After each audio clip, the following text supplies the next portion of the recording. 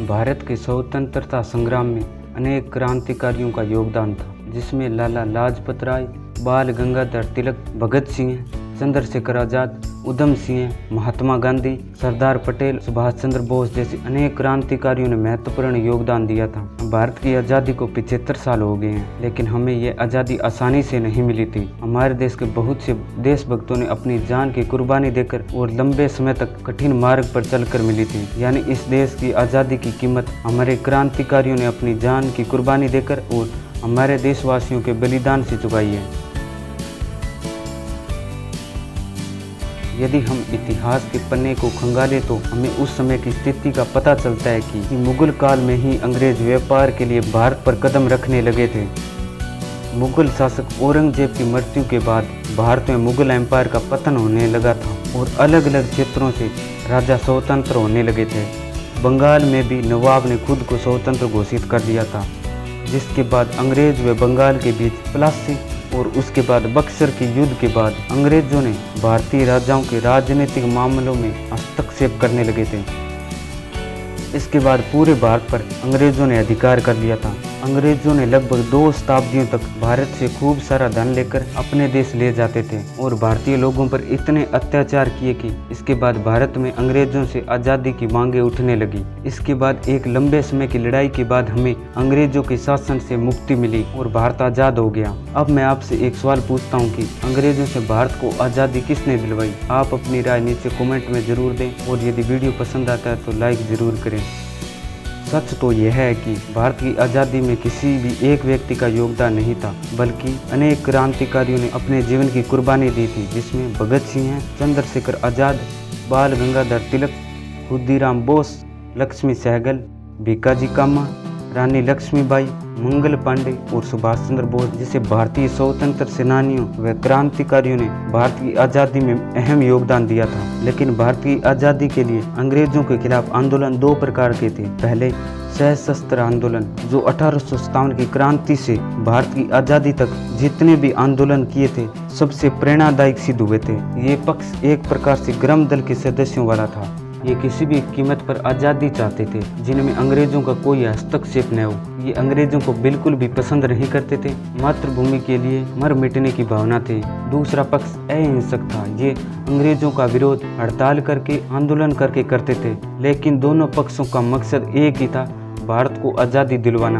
यानी भारत की आज़ादी में दोनों पक्षों का महत्वपूर्ण योगदान रहा। इनके बिना आज़ादी की कल्पना भी नहीं की जा सकती और इस तरह भारत को आज़ादी मिली। सन 1956 में जब ब्रिटेन के प्रधानमंत्री भारत आए थे, तब पश्चिम बंगाल के गवर्नर पीवी चक्रवर्ती से मुलाकात की थी। इन दोनों के बीच कई बातें हुई थी कि भारत को आज़ादी किससे मिली और भारत की आज़ादी के मुख्य कारण क्या थे। पीवी चक्रवर्ती ने इटली से पूछा कि जब 1942 में अंग्रेजों के खिलाफ भारत छोड़ो आंदोलन शुरू हुआ था, तो फिर इतनी आसानी से अंग्रेज अचानक से भारत छोड़ने के लिए तैयार कैसे हो गए? इटली ने कहा था कि अंग्रेजों द्वारा भारत छोड़ने के पीछे सबसे प्रमुख कारण सुभाष चंद्र बोस व उनकी आज़ाद हिंद फौज थी, जिन्होंने अंग्रेजों को भारत छोड़ने के लिए मजबूर कर दिया था। इसके बाद पीवी चक्रवर्ती ने एक और सवाल पूछा कि भारत की आज़ादी में महात्मा गांधी की क्या भूमिका थी? इसके जवाब में इटली ने कहा था कि महात्मा गांधी का भारत की आज़ादी में योगदान बहुत कम था। इस घटना का जिक्र major general doctor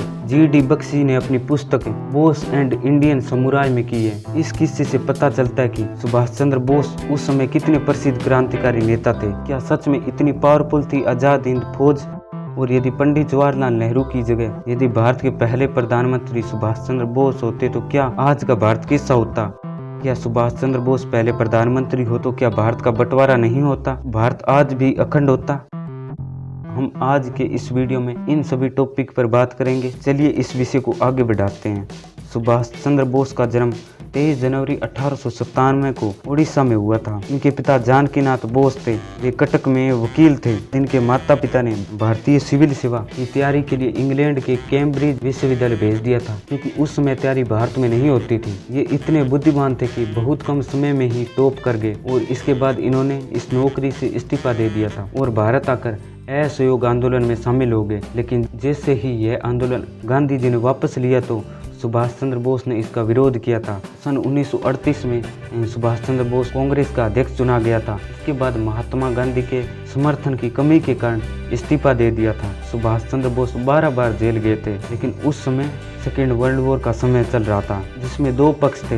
axis alliance, जिसमें जर्मनी, इटली और जापान थे, और दूसरी तरफ था अलाइड पावर, जिसमें इंग्लैंड, यूएसए और यूएसएसआर था। सुभाष चंद्र बोस अंग्रेजों के दूसरे पक्ष से मदद लेकर भारत को आजाद करवाना चाहते थे। इसीलिए सुभाष चंद्र बोस कलकत्ता से काबुल और काबुल से मास्को होते हुए बाद में बर्लिन पहुंचे। सुभाष चंद्र बोस हिटलर से मिले और हिटलर ने सुभाष चंद्र बोस को नेताजी की उपाधि दी थी। इसके बाद सुभाष चंद्र बोस जापान गए। सिंगापुर में जापान की जीत के बाद सुभाष चंद्र बोस ने आजाद हिंद सरकार बना ली थी। जापान ने सुभाष चंद्र बोस को अंडमान निकोबार द्वीप दिए। इन द्वीपों का नाम बदलकर शहीद एवं स्वराज द्वीप रखा गया था। और सुभाष चंद्र बोस ने सिंगापुर से रेडियो में महात्मा गांधी को राष्ट्रपिता कहा था। सिंगापुर से बर्मा पहुंच गए, वहां से दिल्ली चलो का नारा दिया था। अब आजाद हिंद फौज में 45,000 सैनिक शामिल थे। सुभाष चंद्र बोस अब नेताजी के रूप में लोकप्रिय हो गए थे। सुभाष चंद्र बोस ने महिलाओं के लिए भारत की स्वतंत्रता के लिए महत्वपूर्ण भूमिका निभाई थी। इन्होंने आजाद हिंद फौज में एक महिला रेजिमेंट का गठन किया गया था, जिसे रानी झांसी रेजिमेंट कहा गया,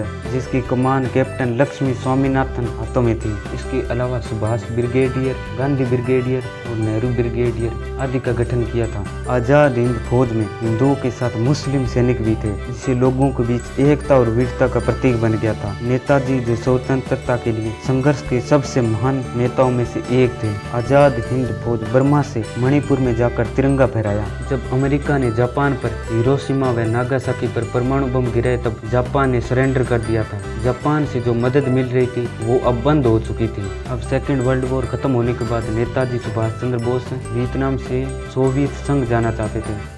सोवियत संघ जाकर उनसे मदद लेना चाहते थे, लेकिन जो इसके बाद जो हुआ वो किसी ने नहीं सोचा था। खबर ये आई कि ताइवान के एयरपोर्ट के पास उनका जहाज क्रैश हो गया था, जिसमें कई लोग मारे गए। नेताजी इसमें गंभीर रूप से घायल हो गए थे। वहां से उन्हें अस्पताल ले जाया गया। कहा जाता कि वहां इन्होंने दम तोड़ दिया था। 18 अगस्त 1945 के दिन नेताजी सुभाष चंद्र बोस कहाँ लापता हो गए और इनका आगे क्या हुआ, यह भारतीय इतिहास का सबसे बड़ा रहस्य बन गया। लेकिन भारत की आज़ादी के बाद भारत सरकार ने इस घटना की जांच के लिए 1956 व 1977 में 2 बार आयोग नियुक्त किया। इन दोनों आयोग की रिपोर्ट में कहा कि नेताजी उस विमान दुर्घटना में शहीद हो गए थे। लेकिन 1999 में मनोज कुमार मुखर्जी के नेतृत्व में तीसरा आयोग बनाया गया था, जिसकी रिपोर्ट में कहा कि 1945 में ताइवान की भूमि पर कोई हवाई जहाज क्रैश नहीं हुआ था। लेकिन इसका सच क्या है शायद किसी को नहीं पता। लेकिन भारत में नेताजी सुभाष चंद्र बोस को अलग अलग जगहों पर आज भी देखने का दावा करते हैं। फैजाबाद में गुमनामी बाबा को नेताजी सुभाष चंद्र बोस होने का भी दावा किया जाता है।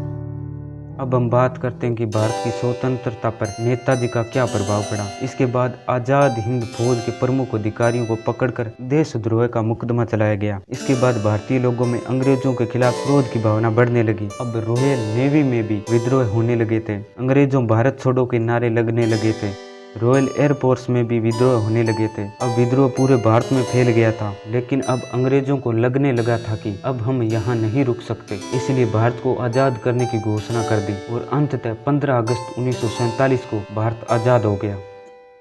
यदि पंडित जवाहरलाल नेहरू की जगह यदि नेताजी सुभाष चंद्र बोस भारत के पहले प्रधानमंत्री होते तो आज का भारत कैसा होता? नंबर 1, यदि भारत के पहले प्रधानमंत्री नेताजी सुभाष चंद्र बोस होते तो आज का भारत अखंड भारत होता। मोहम्मद अली जिन्ना ने एक बार कहा था कि सुभाष चंद्र बोस भारत के पहले प्रधानमंत्री बनते हैं तो वे भारत के साथ रहने को तैयार हैं, अलग देश की मांग नहीं करेंगे। सुभाष चंद्र बोस हिंदू व मुसलमानों में भेदभाव नहीं करते थे और नेताजी सुभाष चंद्र बोस भारत को अखंड देखना चाहते थे। वे भारत के बंटवारे के खिलाफ थे। लेकिन हुआ इसका उल्टा। पाकिस्तान अलग देश बनने से लाखों लोगों को अपनी जान गंवानी पड़ी। और यदि भारत का बंटवारा नहीं होता तो पाकिस्तान से युद्ध नहीं होते और पाकिस्तान व बांग्लादेश भी आज भारत के हिस्से होते।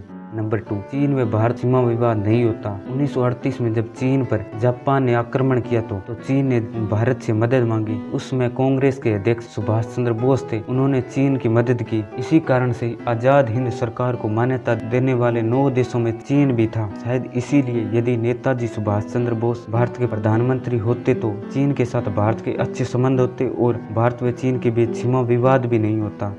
और आपको क्या लगता है यदि भारत के पहले प्रधानमंत्री नेताजी सुभाष चंद्र बोस होते तो क्या होता? आप अपनी राय नीचे कमेंट में जरूर बताएं।